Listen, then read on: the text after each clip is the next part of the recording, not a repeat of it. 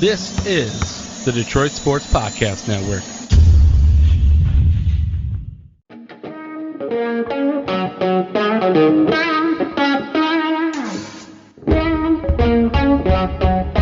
The biggest icon in podcasting.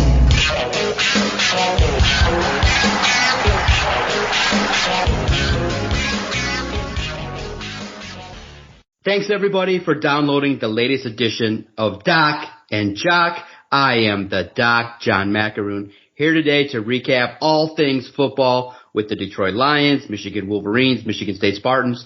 A lot to break down, a lot to chomp into. So much that occurred over the weekend. It's so much fun. The fall is here. The briskness in the air in the mornings when I drop the kids off to school. Oh, I wasn't exactly ready for it, but here we are. It's fall, and we have an opportunity now here at Doc and Jock to break down everything that went down with the Detroit Lions, and I'm so excited to do it with my guy Adam, the Jock Strozinski. I'm curious, man. A lot of people are debating just how to feel about the Lions' 3-point loss because of the fact they were down by 17. They were really not into the game for a significant amount of it. Another one of those comebacks where you say, yeah, they make it where the final score is 3 points, but there wasn't really a significant thought where you thought, okay, at that point through the second and third quarter where you thought and really truly believed the Lions were going to win the game, especially after the pick six. So a lot of people are still looking at it, and we're going to debate it regarding moral victories, the fans, but I'm definitely curious your assessment because I think you have some good parts about the fans' reaction and some parts that really bothered you about the Detroit Lions 38-35 week one loss to the Eagles at home. Yeah, I mean, look, this was one of those games where I think going into it, nobody really expected the Lions to win. I think there might have been a few people who thought they had an outside chance, but for the most part, I think everybody was expecting the Lions to give up 40 points and to possibly get blown out. I think you and I both expected this offense to look really, really good. And for the most part, that's what we got. But the fans, I think, stood out, especially early when they were panning around the arena. Because I watched it on TV. You were there in the press box. I said out loud, I was like, that place is a pit. That place is an absolute nightmare to play in. When the fans are that juiced up and that riled up, that place is an absolute pit to play in. And I've been in Ford Field one time when it's been like that. And that was when this team started 5-0. And I remember leaving and just the sound of everybody cheering was just reverberating off of my chest. That was what was coming through on television on Sunday. That place was an absolute nightmare. Forced the Eagles to false start a couple of times. They couldn't get their play calls in. They were kind of all over the place and a little bit disorientated because it was so loud. And that was great. Those fans that went there, gave their energy, gave their money, gave their time, those people are awesome. What that place looked like and what that place sounded like on television and what it sounded like in person, absolutely crazy. Now, the fans that I have a bit of an issue with are the ones that had issues after the game where they were beating each other up. Like Lions fans, what the hell are you doing? Like, you guys are supposed to roll together. You're not supposed to fight each other and beat each other up, knock each other down, and then when somebody's on the ground, get on top of them, start punching and kicking them. Like, what the hell are we doing? It's embarrassing. Like, that is embarrassing being a Lions fan. Like, it's embarrassing enough being a Lions fan because this team has sucked for so damn long. And then you go and you have an epic performance. You as Lions fans have an epic performance in the stadium, rowdy, loud, cheering, only to take it all away and give yourself and give the city and give this team a black eye when you're trying to give somebody else a black eye. What the hell's the point of it? And then you got Jackaloon breaking out dance moves in the middle of it. Like, what are we doing, people? Well, it shows you, too. And it's so fascinating because my mindset going into the season was I really have written and reported on a lot of other teams' fights, but I said I really haven't saw or noticed a bunch of Ford Field fights. And then week one, you saw it. I didn't even see it until I think on Tuesday was when I first got an opportunity and a glimpse to see that there were fights going on in the stands or late Monday evening. So it was crazy to see that that's how it went down because it's a real problem across the league. You had videos that were really ranging from disturbing violent to disgusting, with people vomiting with how much alcohol that they were drinking. So it's just a situation in which I look at it and say, oh, if I had thought about taking my daughter, who now is getting a little bit interested in football, or my nephew, I would say maybe not just yet in the stadium, because there's just a bunch of drunk people that start the day drinking at 8, 9 a.m. And then even if they make the beer price $20, they're finding ways to get intoxicated. And you can tell by just the level of anger that it's usually alcohol fueled. It's usually a bunch of knuckleheads getting after it. But yeah, nowadays each and every fight will be filmed and circulated on social media, because it is so rampant. It is crazy to think that fans go and try and do that. So it is embarrassing. When you were younger, did you take any games in at the Silverdome? I think you did, right? Yeah, yes. Me and Kenny would go down to the Silverdome once or twice a year. That was it. But I did not, we would sit, because Kenny got lucky, we would sit in the club seats. So okay. we were living plush just that one time a year because of his connection. So you would hear about those fights. You would hear about the Silverdome rage. But Kenny recalled something with Santa Claus being in a fight, something that happened there. But that something as violent did not stick with me as a youth. See, because I went to a couple games when they played in the Silverdome, and I remember there just being drunken brawls 3 seats in front of me, and I was just okay. And it was just kind of a thing. They moved to Ford Field, and a lot of that got cleaned up. A lot of that was taken care of. You didn't really see it. Now, people would get into arguments in the stands, and look, I've gotten into a couple of arguments with a couple of people in the stands, but it never led to anybody throwing anything at each other besides a verbal insult. It never led to anybody throwing a punch. It was just a disagreement about something, and then whatever happened, the next play happened, and you guys were cheering and high-fiving each other. Never in a million years did it end up where you were throwing blows with somebody who was sitting behind you. And never ever did it ever happen to where, you've got people getting knocked out in the middle of an aisle, and then it carrying to the outside where people are getting beat up in the middle of the street right there in front of the stadium. These things just didn't happen. And, I don't know if maybe they did happen. It just now everything is filmed because there's cameras everywhere. Everybody has a cell phone. Your cell phone is essentially a camera.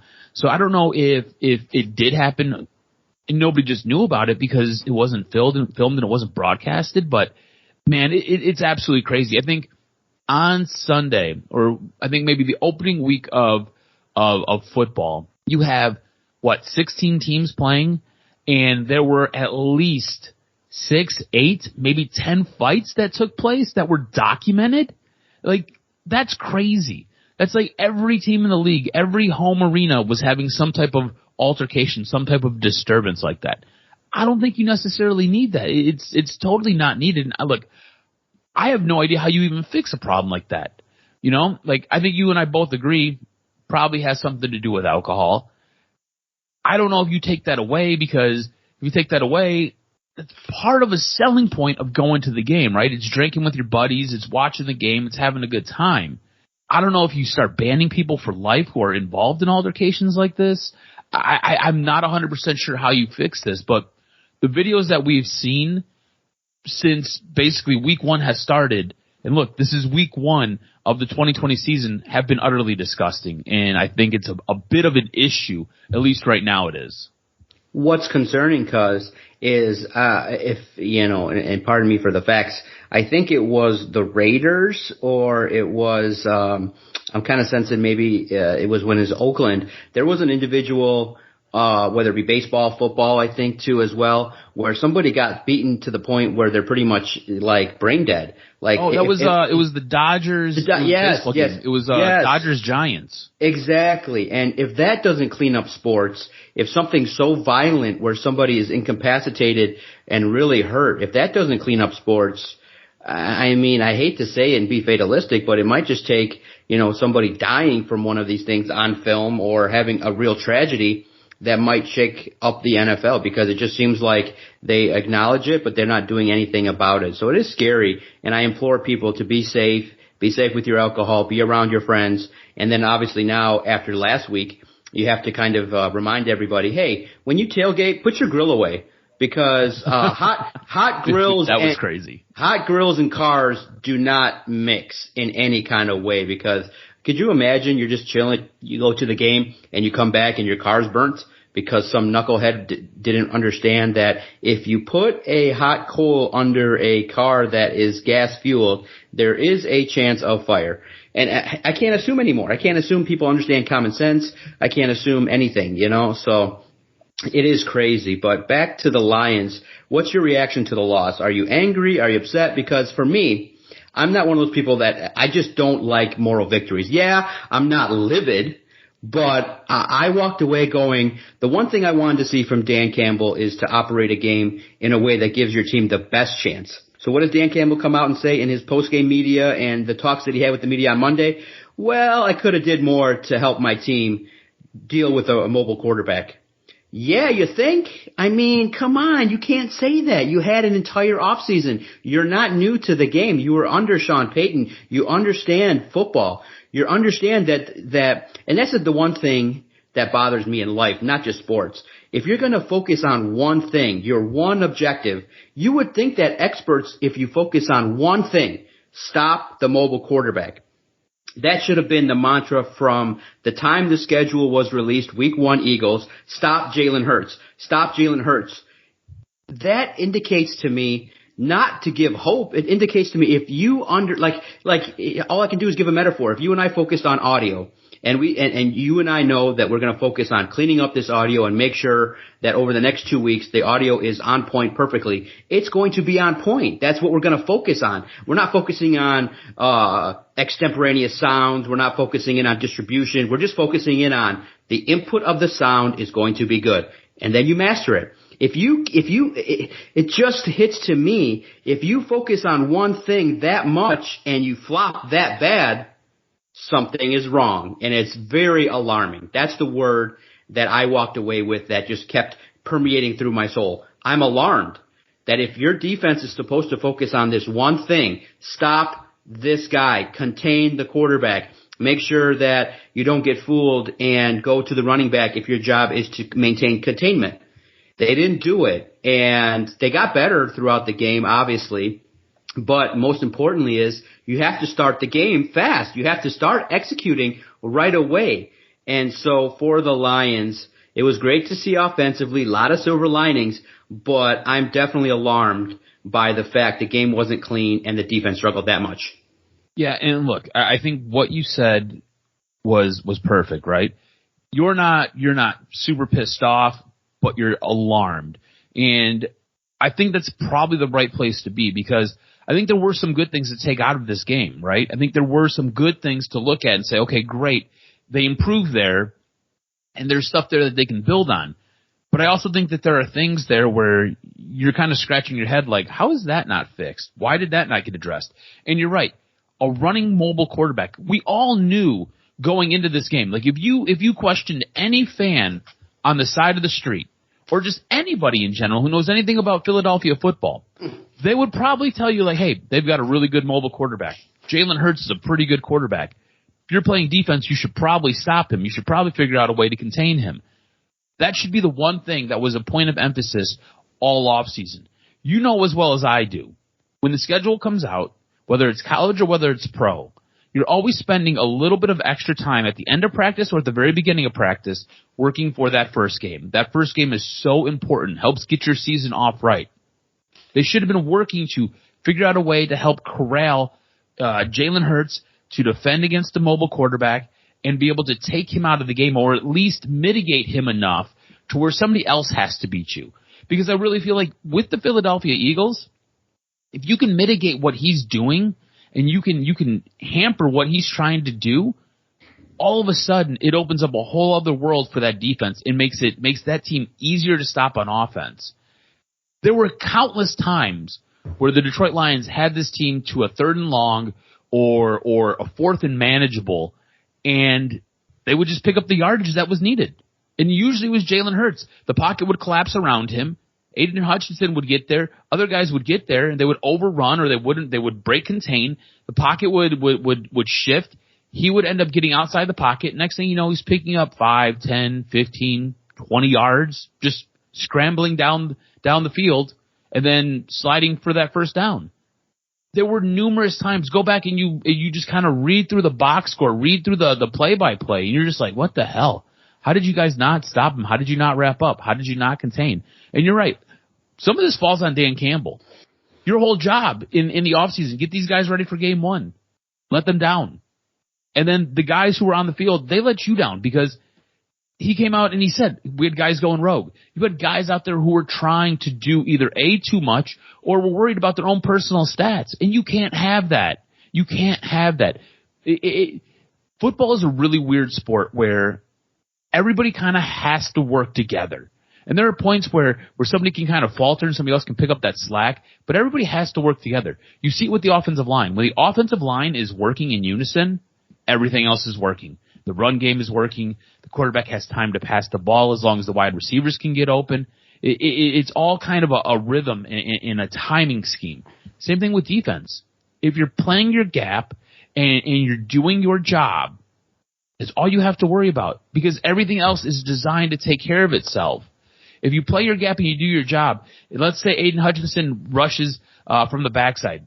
Jalen Hurts is going to feel that pressure. If somebody's playing their gap on that other side, he's going to try to elude that pressure. He's going to run right into you, and vice versa. Lions didn't do that.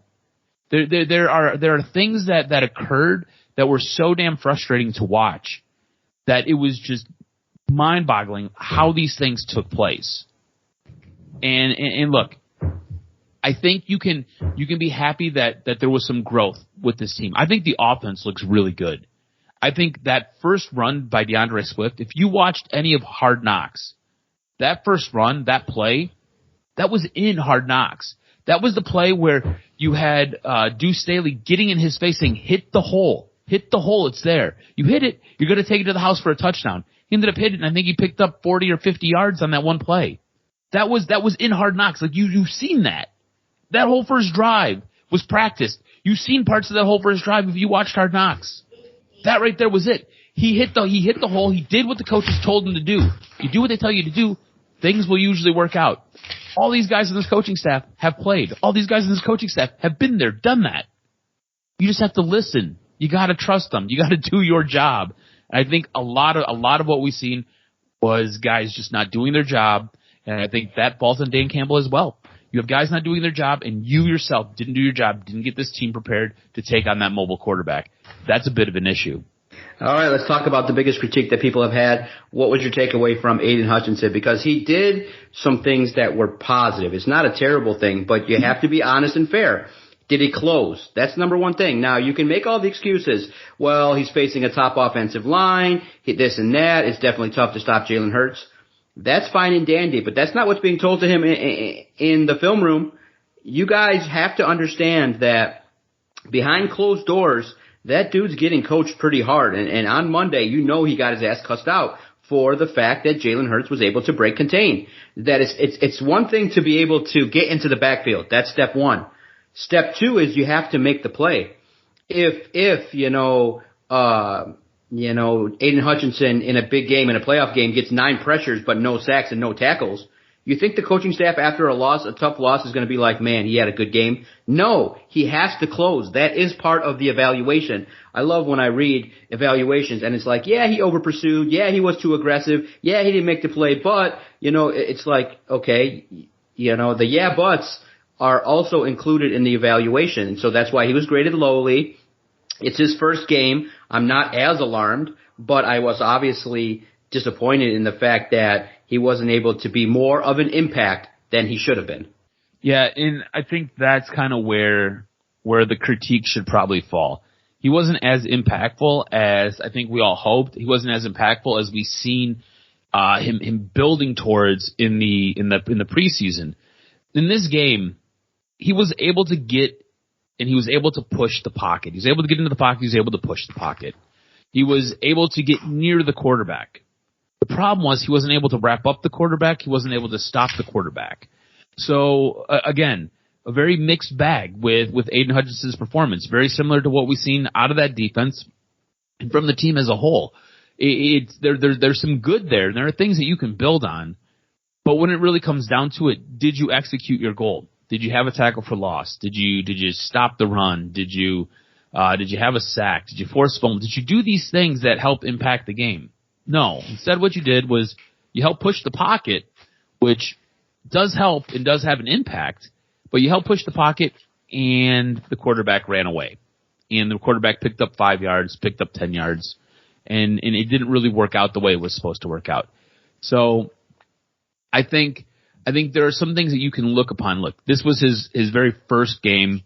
I think it's a little too early to bury him as a bust or he's just not going to get it.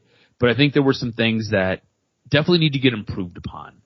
And I thought he came up pretty small in his debut, especially with some of the things that we've seen in the preseason. Preseason, he looked like he was going to be an absolute juggernaut. He looked like he was going to be awesome. And look, it's only one game, but you can't run by the quarterback 14 times in a game. Like, that doesn't help anybody, you know? You have to be able to wrap up. You have to be able to impact that play a little bit different. And if your job is not to even get to the quarterback, your job is to stay in your gap and keep contained, you've got to do that as well. Because the play is designed to come to you at some point, and then you got to gobble it up.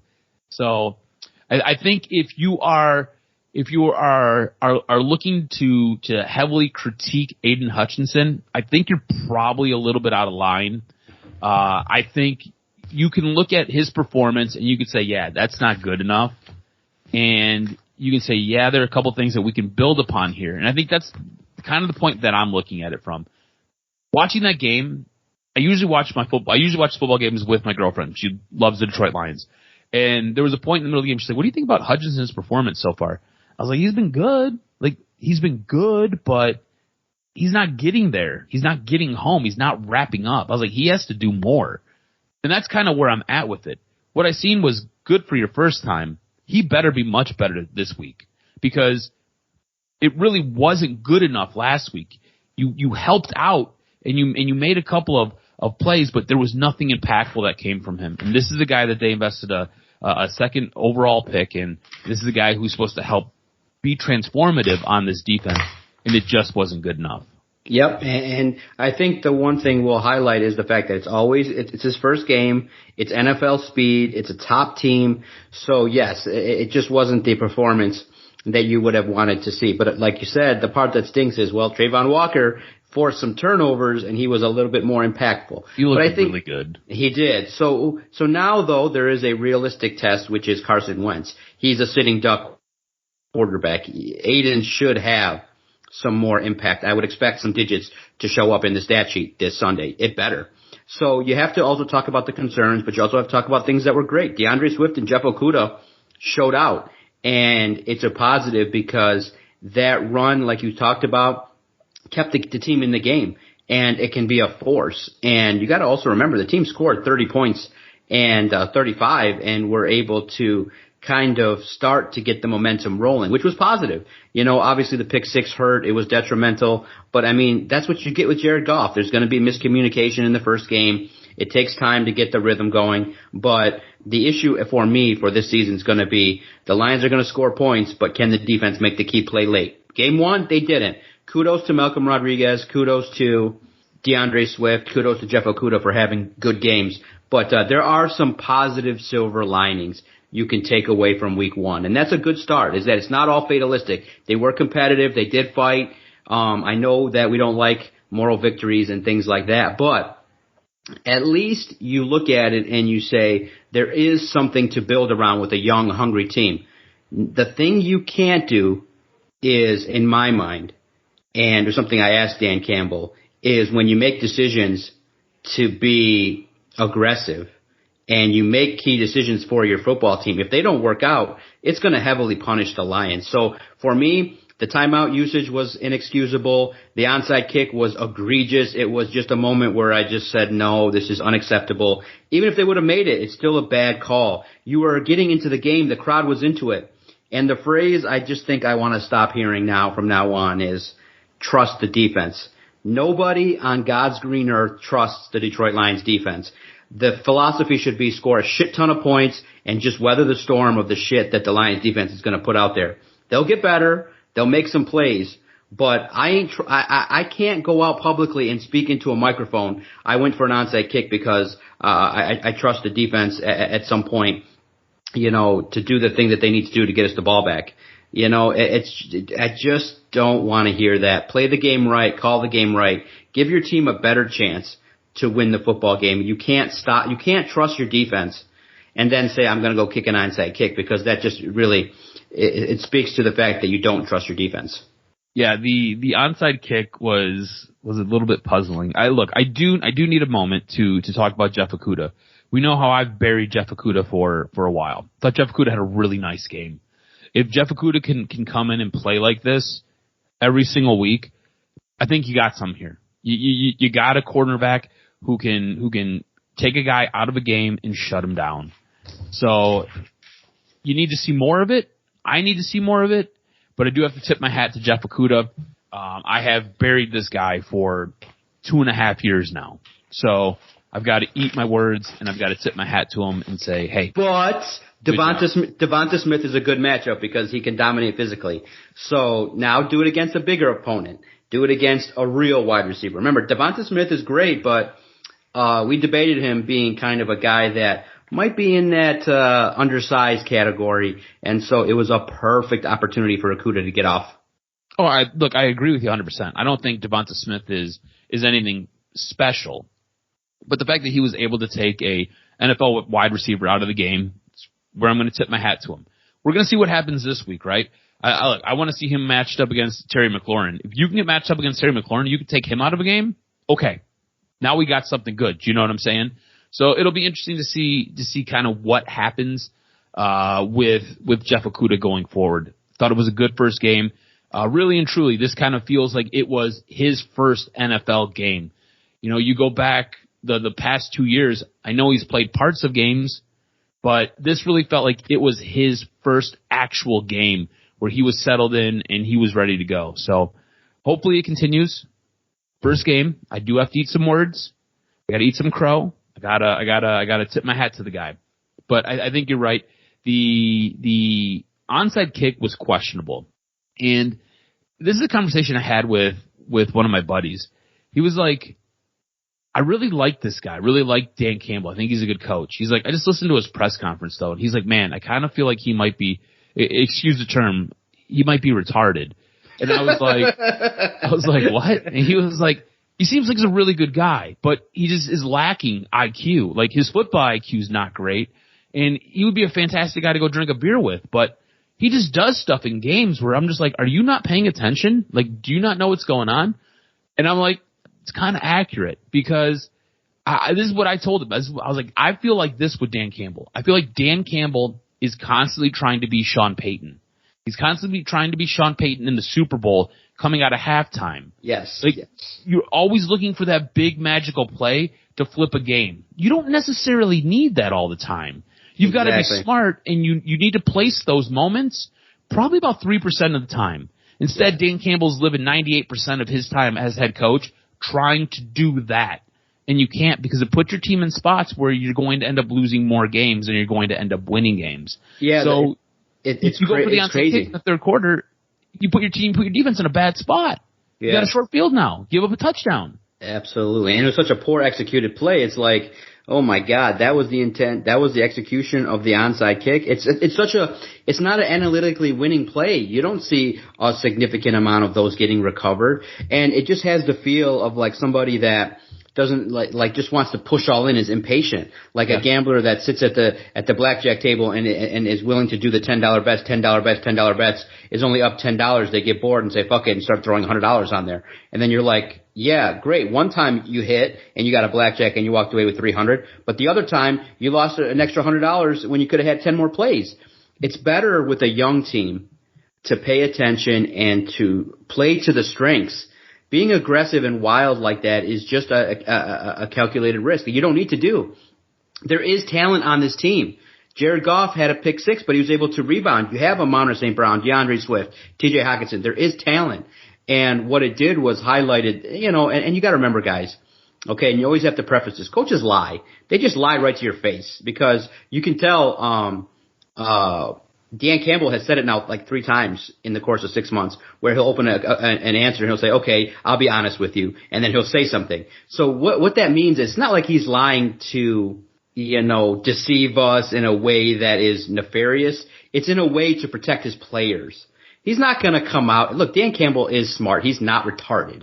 He can speak the game. He understands football. He was around Parcells. He's around it. What he's saying is, in code, I don't trust my defense. I don't trust the fact that I think that he knew that if they got the ball either way, probably, the Eagles were going to score. He knows that. You know what I mean? So when he's saying I want the extra possession because of the long drive and stuff like that, he's trying to protect his defense. He doesn't trust his defense. He knows there are holes. He knows the strengths is with the offense. But I would have just taken the chance and just said, look, we're down by 10. If they give up a touchdown, then that's on them. Don't make a calculated risk like that, and don't do those kind of things in regards to trying to just if the defense fails, it fails. Everybody already thinks it's a bad defense. Everybody already knows it. You have 4 players that are out on your defense that need to be contributing. So everybody understands it's a young team. It's one of the youngest teams. You don't have to kind of be so bold. Just take your lumps on defense, try to play to your strengths on offense, and things will potentially work out. So I think that's where you and I agree, is that those kind of things do not need to be done, and I hope that doesn't continue moving forward because it's been backfiring more often than it has been successful. So I got to ask, how much of a must-win game is Sunday against Washington? It really feels like you can't go and lose this game. Again, you're at home. Washington really feels like the most ideal opponent for this team. You've got a quarterback who's pretty mobile and has been pretty up and down in his career. Their run game, a little bit questionable, and that was kind of the thing that hurt the Lions this past week was the run game. Like, I don't feel threatened by Washington's run game at all. Defensively, I don't really feel threatened by their defense. I feel like this offense with the Lions, with what I've seen from week 1, I feel like it should be able to handle it. It almost feels as though he cannot lose this game. He can't lose this game because it seems like it is the most ideal opponent. Honestly, at this point, they have to go into week 3 1-1. You can't drop this game. There's just no way. It sets up too perfectly for this team. I don't believe in anything that Washington has going on except for Terry McLaurin. That's it. Everything else to me just kind of feels like smoke and mirrors. That defense, missing its best piece with Chase Young. The offense, I don't believe in Carson Wentz. I don't think anybody's believed in Carson Wentz besides the Eagles did his first 2 years. And then after that, he was quickly broomed aside. You had Nick Foles winning you championships, and he was shipped out of town. And he's on, his 3rd team in 3 seasons? So what are we talking about here? I don't believe in that offense at all, so I really do feel like this is a must-win for this coaching staff and for Dan Campbell. You can't. Here's the thing: if Dan Campbell's going to be doing onside kicks in the 3rd quarter, and Dan Campbell's going to be having time management issues in the first half of this game, and Dan Campbell's going to not have his guys prepared, we've got bigger fish to fry. We've got to look at other things here. And as much as I think we all like Dan Campbell, you might have to throw a flag on it, and Dan Campbell might be on his way out the door. Yeah, and I think they accomplish it. I think that Carson Wentz will give the Lions an opportunity for extra possessions. I think that Aiden Hutchinson will rebound, and I think the Lions, if the fan base brings it again with the same energy, the one thing you can't have happen is another close loss where you have a Lions loss where you're playing good, have a lead, make some mistakes. You can't have Tracy Walker launching himself into a quarterback. You can't have Jeff Okudah missing an assignment. You can't have mistakes made that will be costly. So that's what's going to take. So I hope that just to give the quick preview, I think that the Lions match up a little bit better offensively. They have an opportunity to score some points, and I think that with the pressure that they can dial up, if they have the right game plan and schematics, I think the opportunity is going to be there to make a lot of good plays. So I'll put you to the test here, not on the rundown here, but it lends to the question: who must have the bigger comeback? Who needs to be the bigger story? Is it Aiden Hutchinson on the defense, or is it Jared Goff on the offense, who was inconsistent and had some chemistry issues with the Detroit Lions wide receiving core? Who needs to step up more? Who needs to be more impactful? One player, Aiden Hutchinson or Jared Goff? Who needs to step it up week 2 to get the W? Aiden Hutchinson. This is such an easy question. the game sets up perfectly for him, right? He's a guy who has showed that he has almost elite speed on that edge, right? He has a move to help get around whoever that tackle is or whoever that guard is, or if he's getting a double team, he has shown the power to break through that double team. You are now going up against a quarterback who essentially has cement for feet. You need to get home. You need to get to him. You also have a run game here where you should have multiple tackles for losses. You had, Antonio Gibson was taking punt returns and kick returns before, was it Brian Robertson, I think his name was shot in an attempted robbery. Like, you were about to lose your job to a guy who was almost a victim of a homicide. So this sets up perfectly for him. On top of that, the offense doesn't necessarily need to lean on Jared Goff. I think they've done such a good job insulating him. DeAndre Swift, he looked like he was an MVP candidate on Sunday. DeAndre Swift looked amazing on Sunday. He had 15 carries for 144 yards. The guy was getting it done.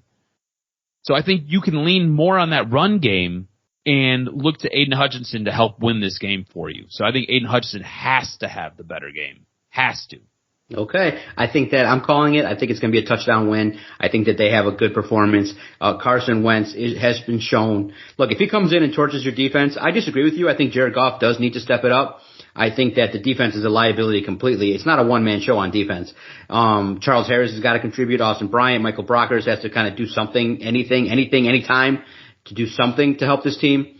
And I think the linebackers, you just got to figure out a way to just, kind of like curve. I don't know what Can you we can get do. Blake Martinez in here? I know Vito says so. It sounds like, he's a very popular individual but he's coming off an ACL, bro. I don't like these guys that are just injured because, he's going to come in here, have a good game, and then re-injure himself. So let's just see if one more game of adjustments can help this defense. But I think it's Jared Goff. If he can be somebody that can connect with this offense and take it forward, I think the engine's driven can be by him, because you now know it's going to get significantly harder for DeAndre Swift to find real estate, because Ron Rivera, the Riverboat Gambler, I think that his game plan is simple. You load that box and say, fuck it, stop DeAndre Swift, and let's see what you got, Jared. So that's why I think that Jared's going to have some impact this game, and he's going to deliver. Amon-Ra's going to come through, break an NFL record,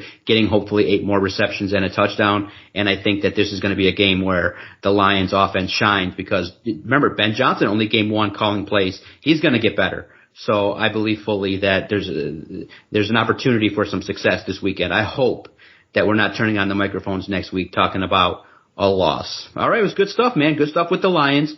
Now, one final segment here. I have to get your reaction to what went down at Michigan, because the biggest takeaway was obviously that J.J. McCarthy shined. He had the momentum. He was somebody that performed at the highest level in that game.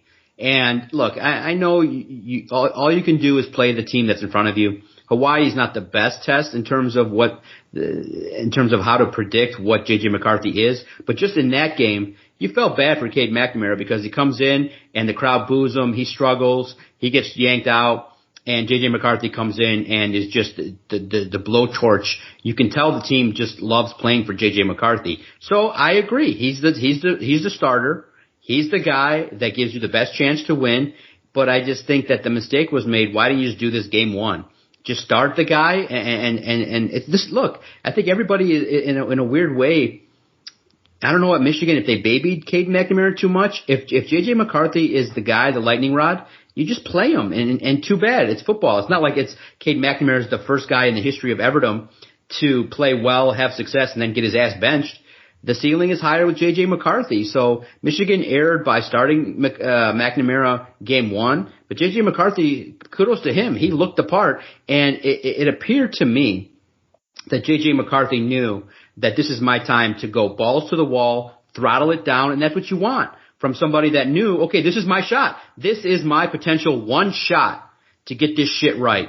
And he went out there and he dominated. The one thing I would say that was maybe lowbrow from a Michigan fan that I did not expect was the boos. I didn't expect the home fans after a Big Ten championship, after an appearance in the college football playoff, for the fans to just vocally, to that degree, voice their displeasure look, bottom line, it showed on the field. The momentum was there with J.J. McCarthy, and now he's the guy. Good luck to him. Let's see what he's got.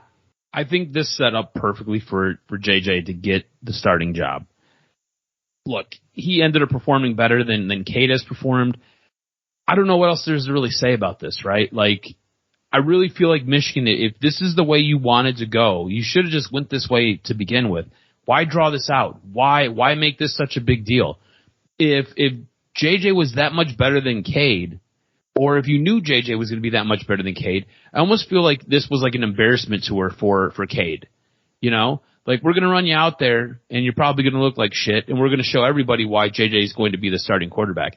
I really feel like that was unfair to do to Cade. I feel like that was unfair to do to a college athlete.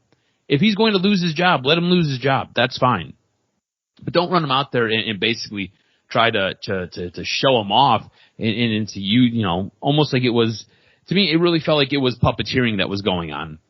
I have some concerns, and I wanted to get your opinion on this, because you sent me a message earlier on Wednesday where Barstool was talking about how they have such a soft schedule. Do you think that things would be different for the University of Michigan if, say, Game 2, they actually played a contender, if they played somebody who was worth a damn, instead of playing this less than JV squad of a schedule that they've got going on? Do you think that it would have been Cade's show and it would have been Cade's games to lose, instead of we're going to split these games, we're going to split each half, and we're going to see who performs better? And basically, if Cade would have been sucking come Game 2 when they're playing an actual opponent, that's when JJ would go in. And if JJ arose to the occasion, it'd probably be his job. But going up to it, there would be none of this back and forth.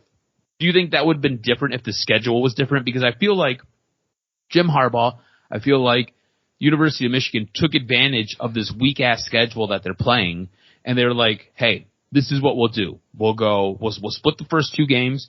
They'll each basically get a half, and then we'll kind of go from there. And I think Cade faltered in both games. Should have been better. Was not.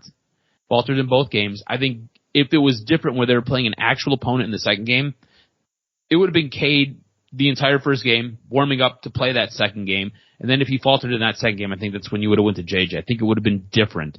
And that's just because you knew what he could give you last year. You know what he did last year.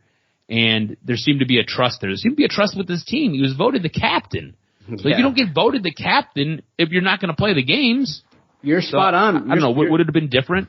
No, you're spot on. I think that JJ just brings something to the table that Michigan needed, which is a spark, swagger, the ability to kind of get out there and be elusive. I think early on, and I know, look, the schedule is fodder for Spartan fans to just complain about something, and that's what we look for. Hey, give us a crumb and give us an inch, we're going to take a mile. The schedule is soft, but I think what needed to be kind of looked at is the level of softness. Like, you got to play somebody like, see, you look at it and you say, when you play the likes of UConn, Hawaii, we're not saying go out and play Alabama, but something like a little bit of maybe a MAC team that's a little bit upper echelon that gives you a little bit of test, but you know you probably are going to win.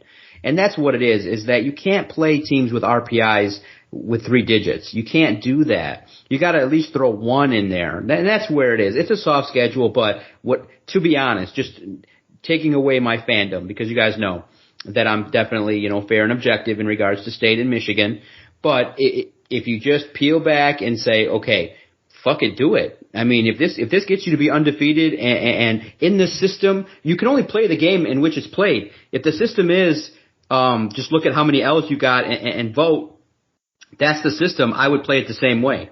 Now, would I have more respect? Now, respect and would I do it as 2 different things. Would I respect Michigan more if they were undefeated with having Notre Dame on the schedule? Absolutely. I'd respect them a lot more.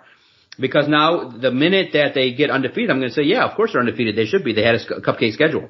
But would I do the same thing? Absolutely. When you realize there's millions of dollars at stake, when you realize that your ass is on, you're getting chewed out all the time. If scheduling 1 year like this, because Michigan does get the benefit of the doubt that they have scheduled a little bit tougher in years past. But would I do it 1 year? This is the year to do it. Absolutely, it's the year to do it, and the stars aligned. But it's non-conference. Michigan has two opponents, guys, and I know we're sometimes in the moment and we forget to look at the 360-degree view.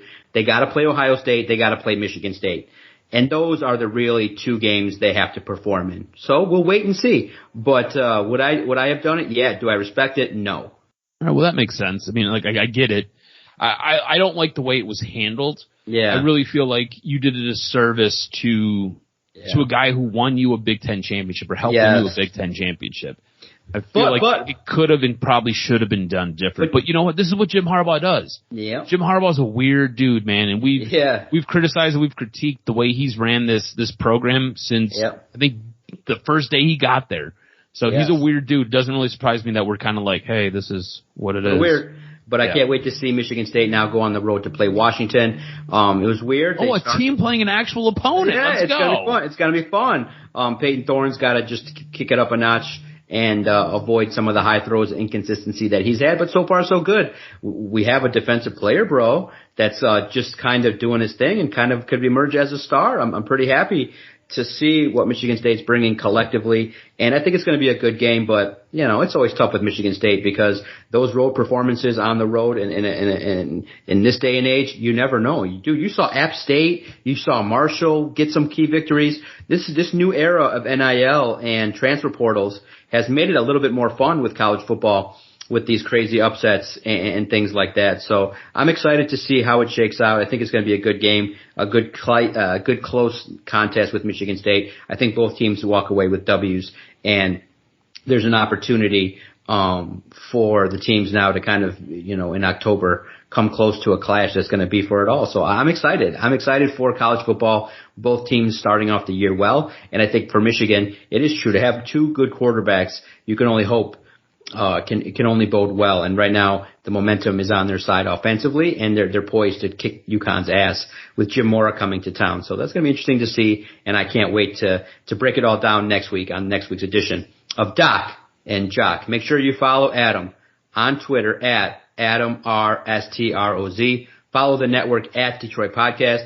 If you've agreed or disagreed, we got some kickback a little bit on our analysis of J.J. McCarthy. Someone got in and said that potentially we were biased and looking at J.J. McCarthy from a lens that was just a little bit too biased, and probably looking at some of my comments in regards to J.J. McCarthy. But I love it. Send those in. We love getting those messages. We love getting rebuttals, replies. You don't have to agree with us. We like it. It provides us an opportunity sometimes to take a deeper look at the stuff that we're talking about. At Detroit Podcast. Thank you, guys. Make sure you hit that subscribe button anywhere you can find the podcast that you love, anywhere. And now there's like 5 more places where podcasts can be housed. We're there too. Detroit Sports Podcast. Type in and you hit the subscribe button and our content will find you. Great hour, cuz. Thank you for the time. Let's kick this off next week with another great football talk on Doc and Jock.